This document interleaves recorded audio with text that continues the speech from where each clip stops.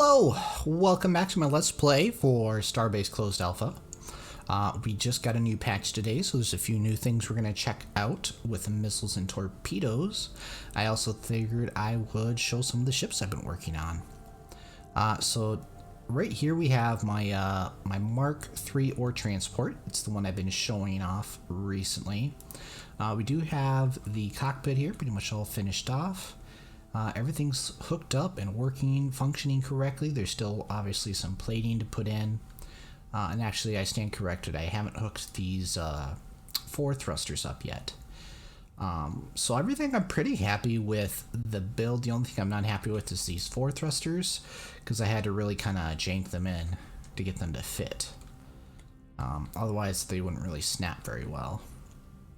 So I just kind of had to throw it together as best I could. I don't think it's complaining too much about structural durability of the frame here. It says there shouldn't be too much stress from them. According to this, anyways. Who knows if that's true. But these thrusters won't be used that often. They'll mainly just be used if for some reason I need to stop quickly. Or if for some reason we needed to reverse. So like we got really up close to an asteroid, way too close. And we want to back up just to make sure that we don't ram into things rather than trying to turn around. So yeah, everything's looking pretty good. There's still some plating issues, plating to finish up. Oh, come on, get out of here. Turn off, there we go. Gotta add plating here on the side. I don't think I'm gonna put plating up here. It won't fit very well due to the way I built it. Unfortunately, it won't fit very well. So I think we'll just leave that open. I don't think we'll be putting any plating here because that's where the pipes are traveling. I suppose I could though if I were to push them inside and then run them on the inside of these beams, and then I could close off these tunnels. Something to think about. I don't know if I'll do that though. But all these thrusters are all hooked up, and as we'll see here as we do a chest drive, it's all functioning. I haven't put in any YOLO chips or anything yet for the purpose of, you know, being able to add navigation and other things. That button's working now, as expected. And here's our cockpit. So then we'll speed up here. Thrusters are working, everything is stable, so they should have decent balance.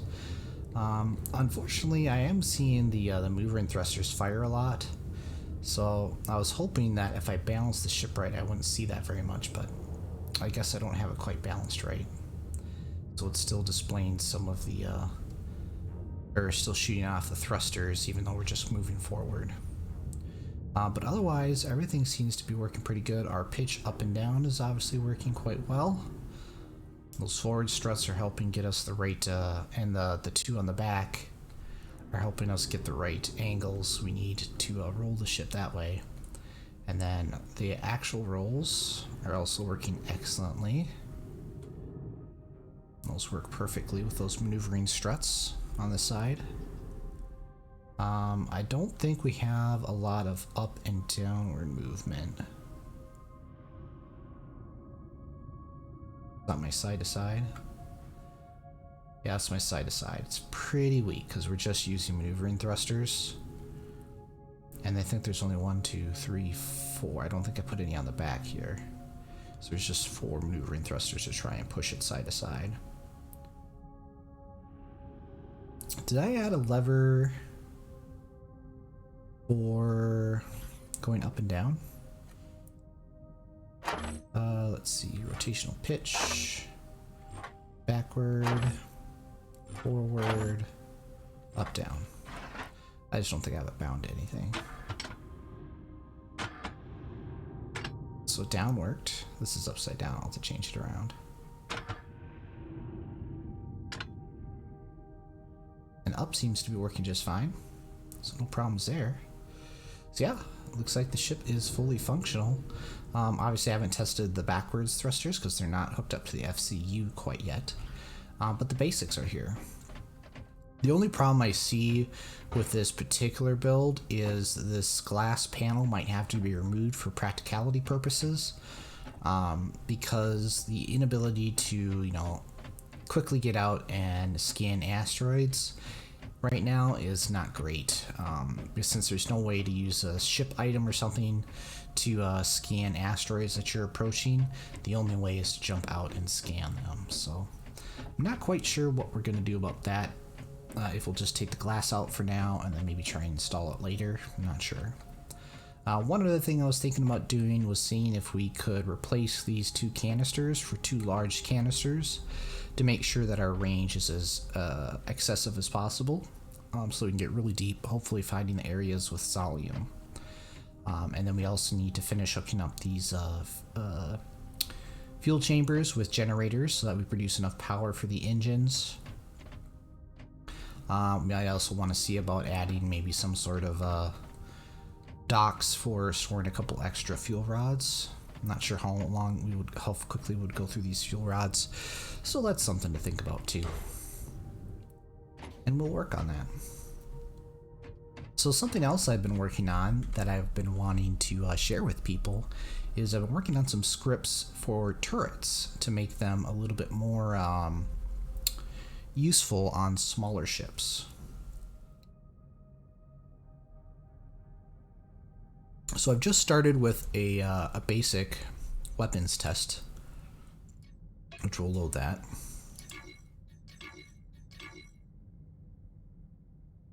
I also did some tests with armor in general. So basically with materials, I won't be able to test it here because we're in the safe zone. We have to go to the Robar station and use the shipbuilder in order to test damage. But basically, the rule of thumb here, I haven't tested it with Gauss weapons or the plasma fracker, whatever it's called, the plasma splitter. But basically, the armor value is the important value for determining how many shots a plate can take before it becomes compromised. Bastium has 0.75 armor by default, so basically any shot is going to go straight through Bastium. Charodium has 3.5, which basically means it could take about 3.5 shots before it becomes compromised. So if it gets hit 3 times and it gets hit a 4th time, half the damage from that bullet is going to travel through the plate and hit whatever's behind it. So those values are what's important. So onium is the greatest armor value at 5.70, but it also has one of the heaviest densities at 22.5 kilograms per kilovoxel. Charodium is probably one of the next best for density to armor value at 3.5 armor value with a density of 15 kilovoxels. So this is still better. Are they about the same? Let's actually figure that out real quick. Let me run that calculation real quick. So yes, so Onium has the best armor value per density at 5.7. It comes out to about 0.25 armor value per kilogram. 0.233, right? I did that math right? 3. I think that's right. 5.7 divided by 22.5 per kilogram. So Charodium has about 0.23333. Then I don't think anything else has that great of a value. Aegisium's not too shabby at 2.1. What's that value come out to? Let me see. So yeah, so Aegisium has about 0.21 armor value per kilogram. So it kind of decreases as we go down. There's none that are like unusually high ratio besides Onium, which has very heavy. Aegisium though is very good because it's pretty common. It gives you much better resistance to damage than Bastium. Although you'd still probably be better than to have Charodium rather than trying to double layer Aegisium. But maybe you could say, what are the totals here? 22.5, 15 plus 9. So I come out to about 24, and that would put you at about 5.6. So overall, onium is still better than layering, charodium, and igicium. But you know, you could do onium on the most structurally important items. So your fuel tanks, put it around your fuel tanks and your generators to make sure that they don't get exploded. And then you could do like a inner layer, interior plates of igicium as a secondary defense against interior shots going through the interior, and then on the exterior you could do charodium, or vice versa, so that there's less charodium, put it on the interior, and then on the exterior, because it's lighter, put the igicium, because it's not that much of a difference between, it's actually lighter than bastium, so it actually would be the best plating would be igicium because it's stronger and lighter than bastium. There's also mercurium. It's not that big of a difference between igicium. Igicium is slightly more armor value per kilogram than mercurium, but mercurium can also be a little bit lighter, marginally, very tiny amount. At least I have a lot easier time finding mercurium usually than igicium in the safe zone. Something to consider there, but that's how materials work for weapons. So they take a certain amount of shots based on that value. So it's different for Gauss weapons because they do so much damage they basically just plow through anything. I haven't done any tests on how many like plates of onium or something it would take to stop a Gauss round. I'd have to get back out to Robar Station and test that, and I had some difficulty getting the Gauss weapon set up, but we'll probably do that at some point just so we know how many hits we could take. I know Gauss weapons are favored right now because they do the most damage and they just kind of cut through everything. But the laser weapons and the auto cannons, both of them deal the same amount of damage per hit, and like I said, it's about a 1-to-1 per armor value. So one shot, or if armor value has 5.0, then it will take 5 shots before it is compromised and the rounds will go through it. The other thing to note that I noticed is that the durability of a plate and its ability to resist damage is done by the plate, not by the voxels on the plate. So if the plate takes any damage anywhere on it, and it takes 5 armor values worth of damage, that whole plate will then be compromised and be basically paper for another round. It'll just go straight through it.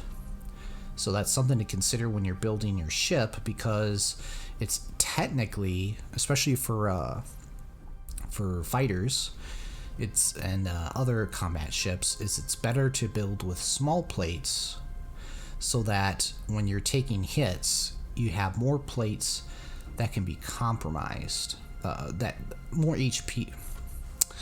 Basically, if you have one big plate, it only takes 5 hits, and that entire plate will then fail, and the shots will start going through it. But if you have small plates, then it's going to be harder for them to get 5 shots on that single plate in order to shoot through it. It's kind of like when you think about ceramic plates for a armor vest.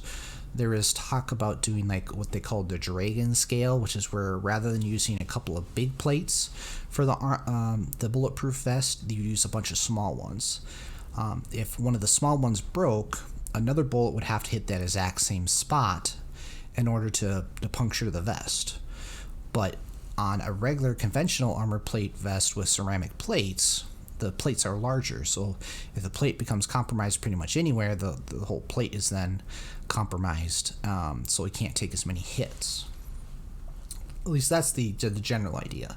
So smaller plates will actually increase your ship's ability to take hits, because say if it hits here or here, they could be 2 separate plates, and they both would take, if it's onium, 5 hits to be able to puncture it. Versus if they're all one big plate like this, if this plate gets 5 hits anywhere, the entire plate will then basically not be there anymore. I mean, it'll still be there, but the bullets will go right through it. So that's something we got to consider when we're building out our fighters. So what I did want to show you today, I added extra ones here for these rangefinders, which we don't need right now.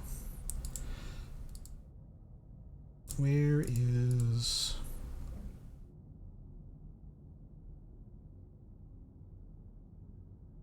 just delete these guys for now because I don't need them. I just want rangefinder 1. It's on, it's set to 100. Alright, so what I did is I wanted a way so that we can aim the turrets so that they all focus on a single point, rather than having them fixed to the ship and then they just shoot straight out. The problem with them shooting straight out is if they're not focused on one particular point, they're all going to hit different spots. So that could be good in some instances, but generally if you want to puncture armor, you want to hit as many hits as possible into one particular location. So what I did is I wrote a script that uses trigonometry to focus the turret onto a particular point using the data from a rangefinder. So this rangefinder is going to send out a beam, so like you attach it to the front of your cockpit. When the beam hits something, it's going to say how far away it is from the rangefinder. So then, knowing how far away the rangefinder is from the target, we can make a triangle between the rangefinder, the turret, and the target. And then using that triangle, we can calculate the angle that the turntable needs to be pointed at and for the cradle to be pitched in order to hit that target at that particular distance, which we'll see that here in this example.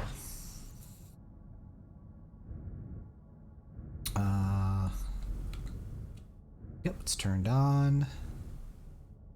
Oh, I think I changed the names of things. Let me fix that real quick. That was the other thing I was planning on doing is creating a grid of finders to make it easier to find the target, but I haven't worked that out quite yet. But it certainly should be a doable way of range finding a target so the turrets can all point at it. So let's go to our YOLO script here. Check out the YOLO script. I think it is this I renamed. I called it rfinder01. I think I renamed it RF01. So I made this as simple as possible for the time being because it gets a little bit more complicated when you have obtuse angles. When you have right angles, the calculations are a lot simpler. But eventually I'll get past doing the obtuse angles version. But so basically right now what we're doing is to find the triangle, we're using the law, I think it's the law of cosines, specifically tangents. So we're measuring the distance to the target. We know the distance between the rangefinder and the turret. We can tell that by selecting the rangefinder, getting its position, which these are in meters, and then we can select the turntable, which will be the first one we're going to check, and get its position. Calculate the distance between the two targets. We're going to normalize so that they're on the same x and z axis, or y axis, so that the only difference is going to be their distance this way for that triangle. And then using this distance, and we know that this is a right angle, we can determine the angle that this needs to be pointed to reach this target by using tangent, inverse tangent, which we do that using a professional chip. It has to be a professional chip in order to use the tangent, the sine, tangent, cosine functions. So atan is inverse, or arctan is also what it's known as, is inverse tangent, which means you can give it a value which is formulated from, basically what we have to do is we have to take leg, the way it was written out is leg B, right? No, I want to say yes. I want to say it's this length. Yeah, it is this length divided by the length to the turret. We put that into the inverse tangent, and that's going to get us a degree value. We take that value and we subtract it from 90 to normalize it. And we're doing that because we want the turret to, when it has a value, to turn inward, which is a positive value. Yeah, so that just makes sure that the turret only turns partially in. It doesn't try to turn all the way in. It's a way of normalizing the values we're getting with the current way the turret's set up. I'm not doing a great job explaining it, but that's the way it works out. So yeah, so that we do that up here for yaw. We also do it for pitch using the same principles. The only difference is we're going based off of the location of the cradle. And then we're again normalizing the position of the rangefinder so that it's on the same XY axis, and the only difference is the distance between the two. And then if you combine that yaw and that pitch on the turret will then be pointing at that target, which we'll see here as soon as we update these.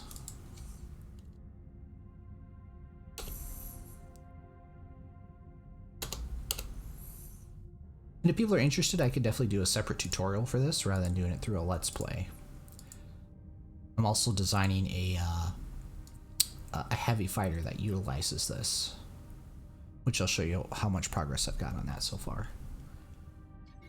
That's all set up, so we should just be able to save, test, and then the turret should update immediately as soon as the rangefinder turns on.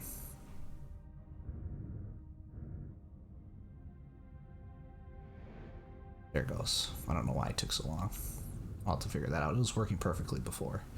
I'm sure there was just something being glitchy. But so, as you saw, once the value was there, the turret, the YOLO chip calculated what to do. So it changed its rotation and its pitch. So now our shots should go almost directly at that point. They'll be a little bit off. There'll be a little bit of not perfectness that has to do with the imperfect positioning of the rangefinder compared to the cradle and the turntable is causing that. Also with the fact that the weapons themselves are not perfectly in line with the position of the center of mass of the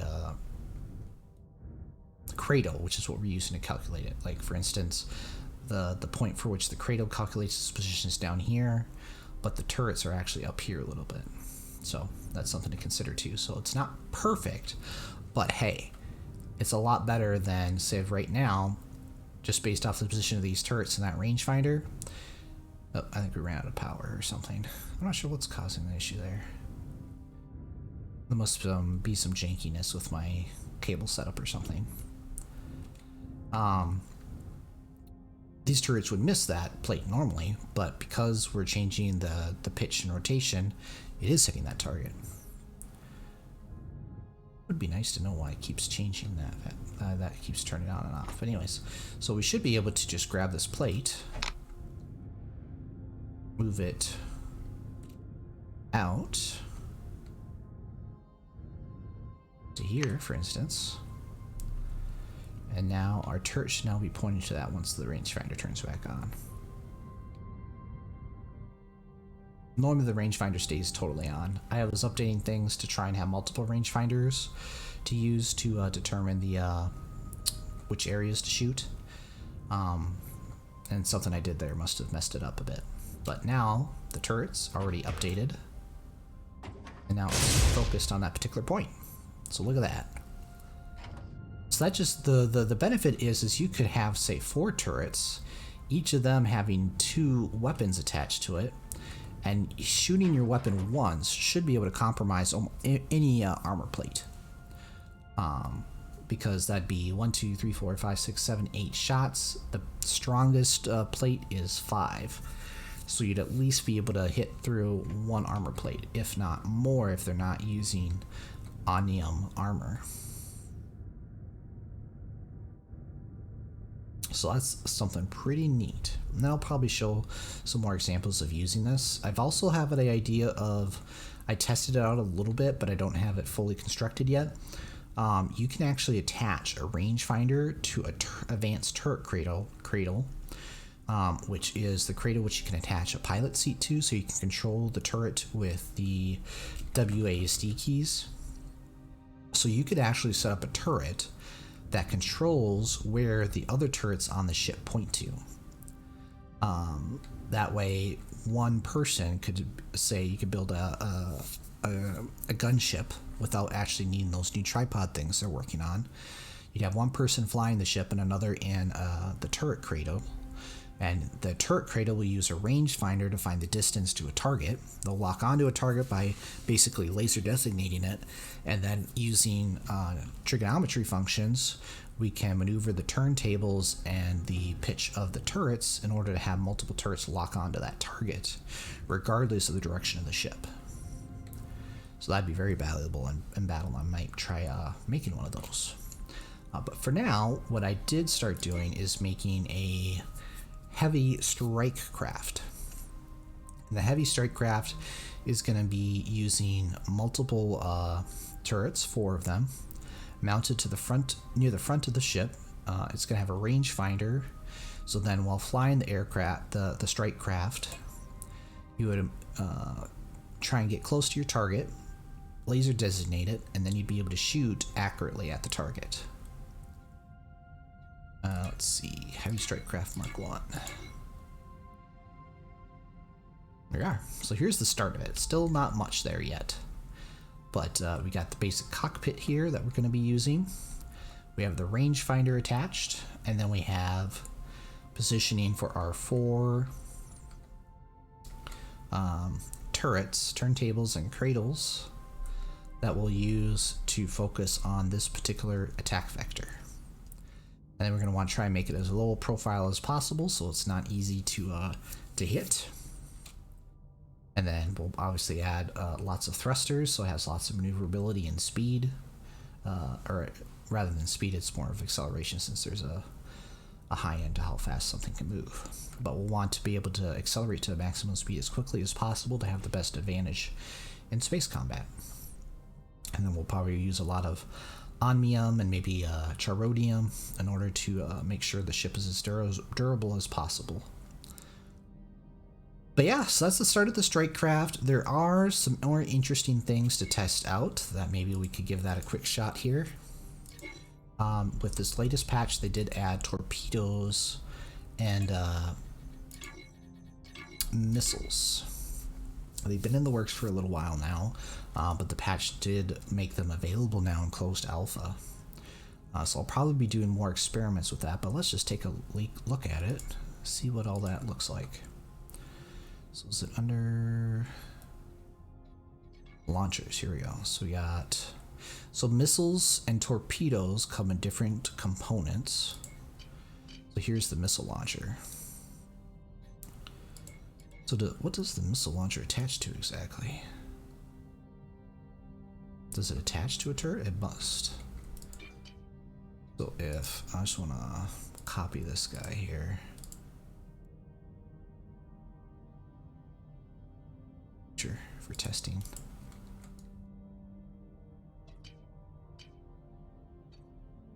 And then we'll just go here, delete these.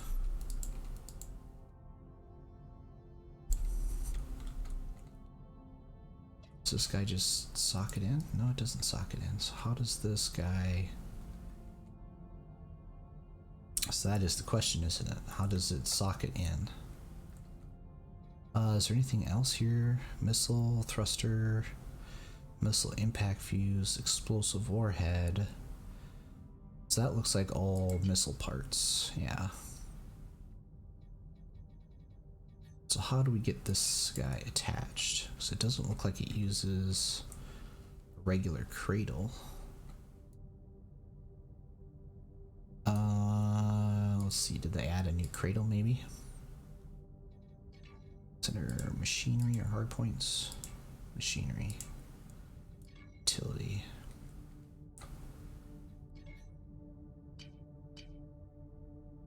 Oh, that definitely doesn't fit. Here we go, fixed launcher mount.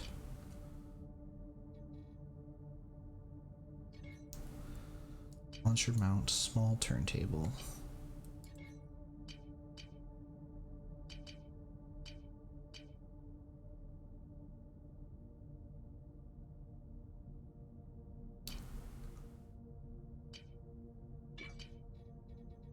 do we take this guy and connect that in here someplace?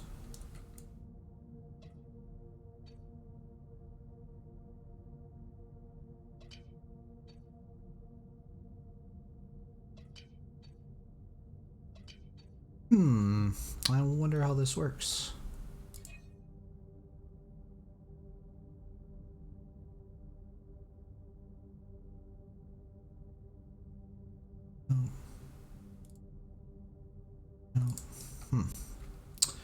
Not sure what the support is for. Obviously there's the turntable, but to really be able to use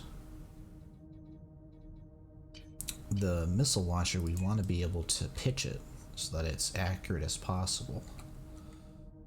There must be a way. This guy must connect to the turret cradle somehow.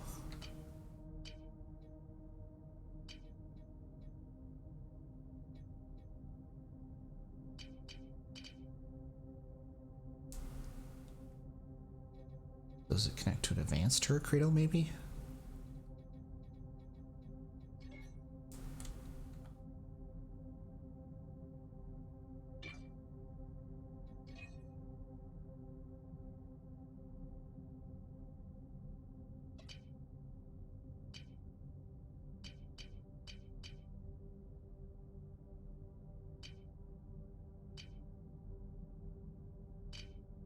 Patches. That could be a problem with these missile launchers if they can only use a turntable. It's going to make it difficult to try and accurately shoot them. You really need some sort of an adapter, which I would think this is what this is supposed to be. Is it some sort of adapter for connecting to a turntable? I just don't know how exactly that would work. Obviously I can see where it snaps to the support. Launcher support voxel.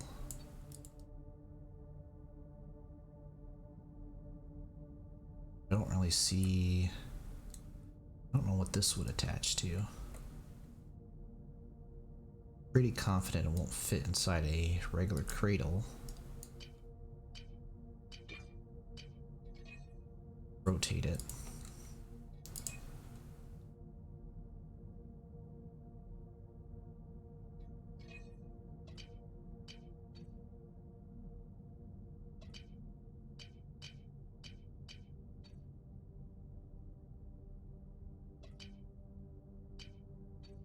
Is that how it attaches, maybe? No.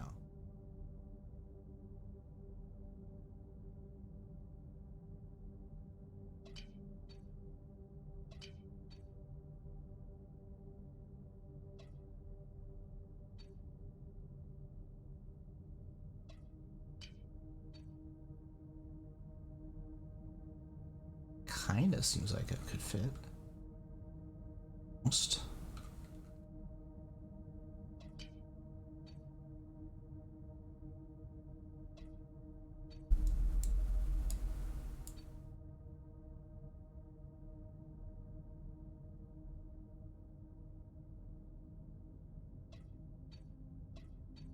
Yeah, I'm not sure. So for the time being, probably the only option is going to be this small turntable here. Which is a little bit of a bummer, but I guess one axis is better than no axis.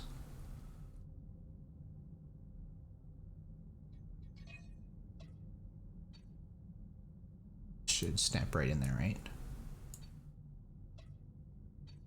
Come on.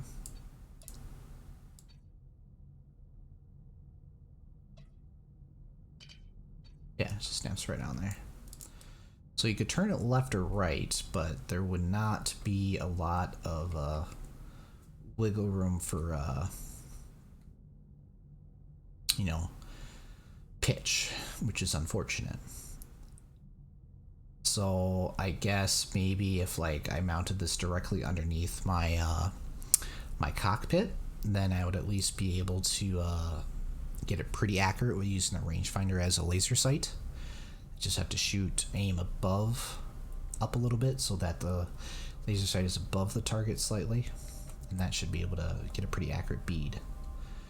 So then for assembling missiles, let's take a look at that. That requires multiple parts. So we got the,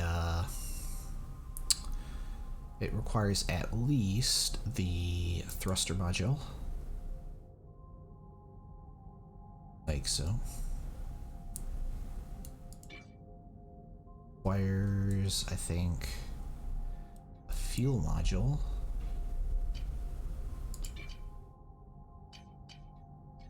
And like a warhead, I think. I think this is one of the most basic.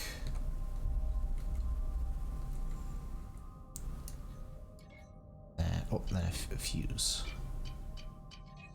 So this should be one of the more basic ones available.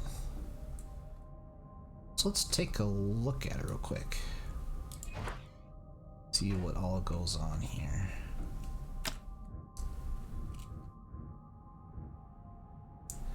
So we got the different components. I don't know how they're supposed to bolt together. Do we just bolt it?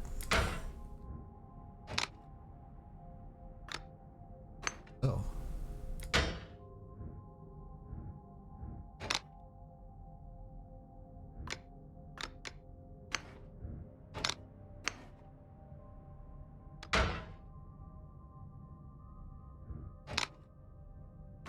Alright. And then, let's see, let's take this off. And one of these is supposed to be like a slider for arming it, I thought.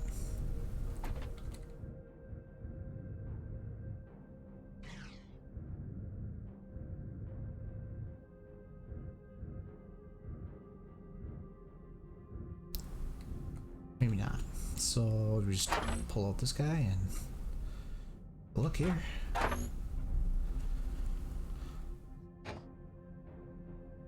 So there's the safety stuff. Current thrust. Target thrust is active. Okay, the missile's turned on. And then a current thrust is 1. There goes. Neato. We got a missile.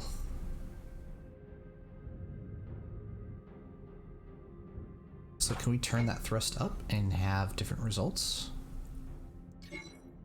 Let's reset that.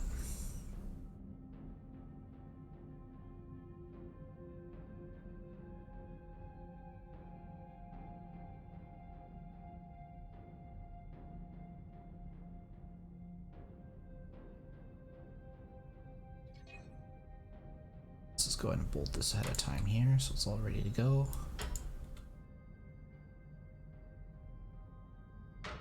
We'll just double bolt just to be extra sure.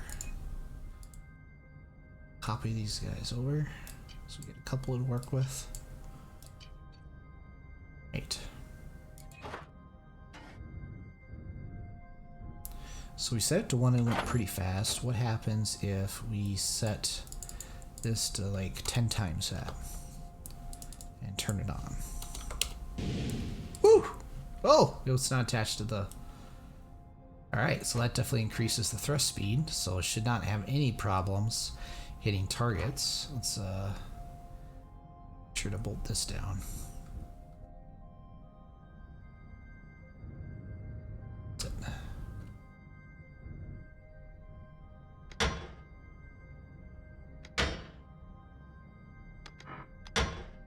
There. Let's try that again.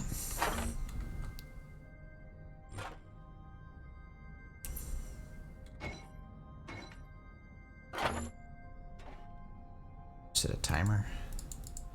Set a timer for 10.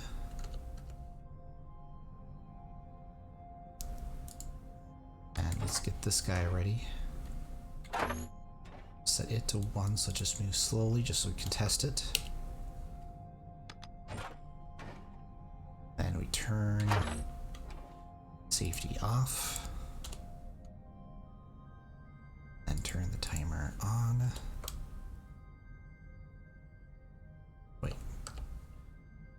This is what we want to set it to.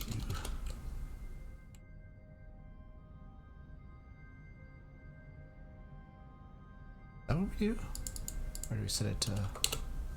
Oh, there we go. It's going. All right.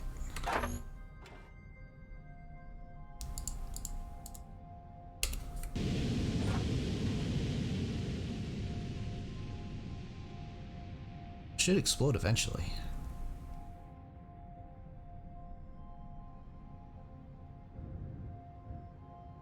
Maybe we set the timer too high. It looked like it was counting in quarter increments or something rather than full increments.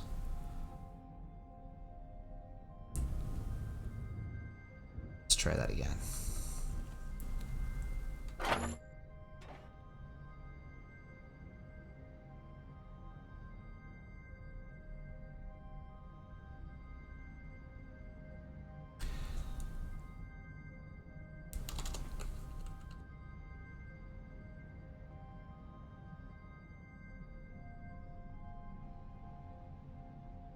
Zero, set the timer state to 1. It's gonna explode. Maybe.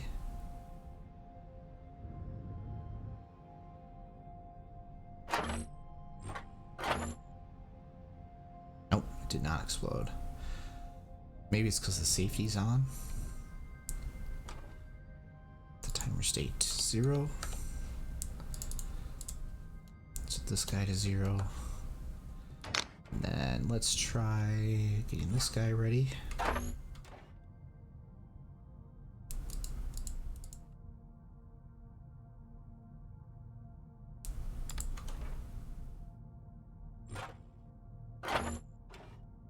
And so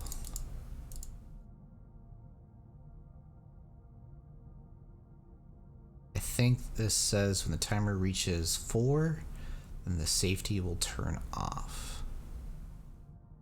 Let's actually just leave this one here and test it.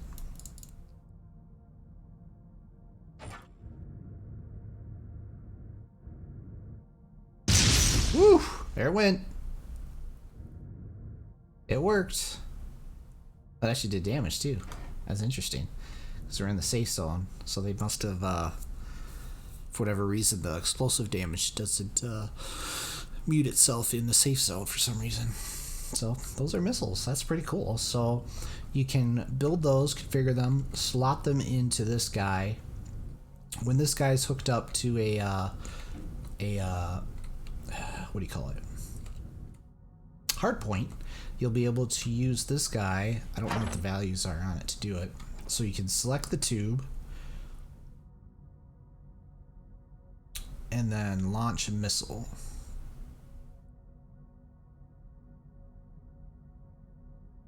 Which must set the something to true. I don't know what. So something we'll have to experiment with in the future to try and get that fully working. But those would be pretty cool to have in our arsenal, and they'll look a lot neater than just using guns. But it is a little bit of a bummer that I don't know how we would attach the this guy so that we can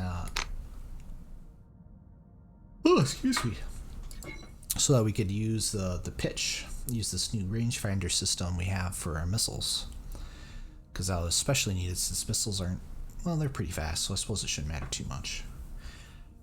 For the time being, we'll just put it underneath our mount it probably with a fixed mount underneath our cockpit, so it's as close to our view angle as possible. But yeah, I would have liked to have this thing been able to attach to a turret cradle of some sort. Oh, I wonder if maybe it attaches to the, let's try, why is it not letting me select anything on here?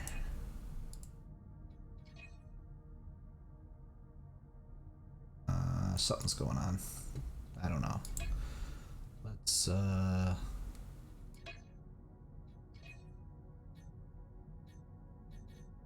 again. Alright, so let's grab the devices. Not devices, machinery. Utility. Turret cradle advance. I just want to see if we can attach the missiles to this guy.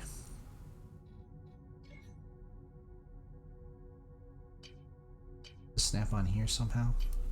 Doesn't look like it.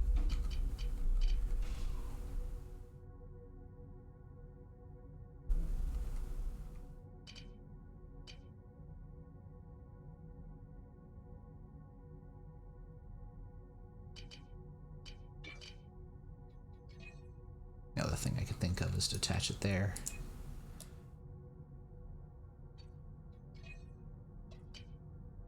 But I'm not really seeing anything there, so I'm not sure what that's supposed to attach to, or if it's just supposed to be mounted to a ship.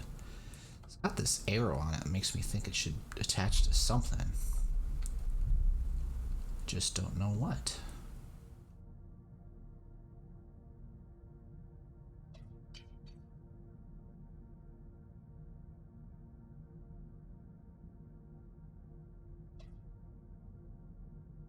It's just not snapping anything. Alright, well, maybe somebody smarter than me will figure it out, and then we'll actually be able to have some pitch, so we could have maybe multiple missile launchers on our ship, angled at our rangefinder. But yeah, so I think that's going to be about it for today's episode, just kind of a short demo of stuff I've been working on in the editor. Hopefully we'll be able to get the ore ship produced and get that out of the hangar here, so we can use that to collect lots of material for credits and building ships.